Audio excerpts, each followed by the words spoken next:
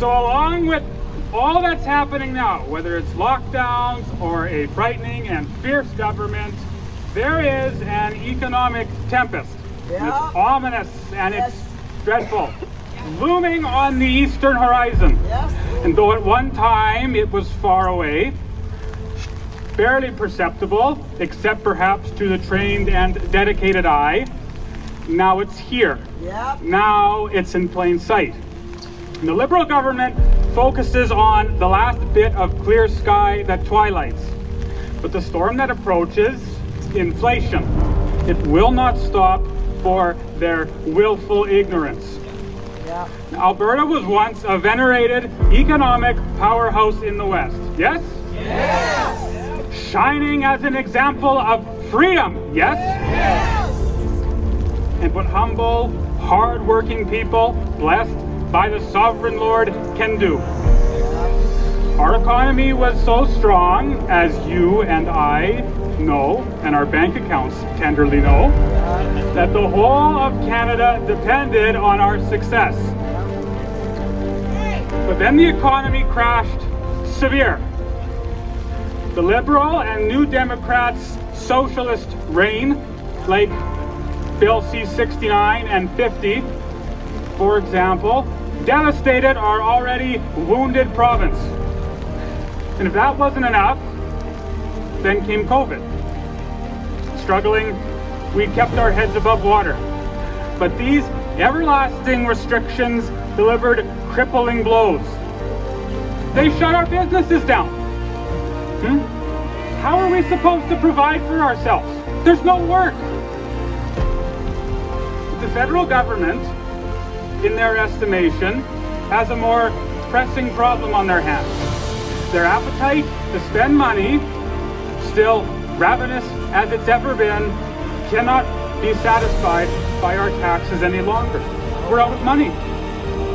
But the Liberals' reckless spending spree, any and all expenditure justified unjustly by COVID, $1.1 trillion and counting, proves they cannot but indulge their addiction. How will the Prime Minister fund his grand design? What is he to do? He has chosen, perhaps from necessity, to partner with the Bank of Canada and to engage in a bold enterprise, foolish and ill-fated to fail, of printing money at a rate astonishing and never known in Canada's history. That's inflation. How do they spin this to the public? The government diverts the heavy flack they deserve for conjuring this crisis by using newspeak. Imperceptible. Yep. Over many years, they have changed the definition of inflation from increasing the total money supply, which is what it's supposed to be, to a rise in prices. But what we need to understand is that rising prices are a consequence of the monster inflation and not a cause. Look at the prices of homes. They're skyrocketing. 25% in February alone. The stock market thrives inexplicably. Cryptocurrency and gold are always rising and they're soaring to new heights. And you want to tell me that there's no inflation? No. There's inflation. It's a real crisis. Last year, the government injected, whether by CERB or EI or something else, an exponential amount of cash into the veins of the economy. And in fact, this will probably create a temporary boom. Thus, we will be branded inflation mongers. The short-sighted will probably declare, see, there is nothing to worry about. Our economy is totally fine.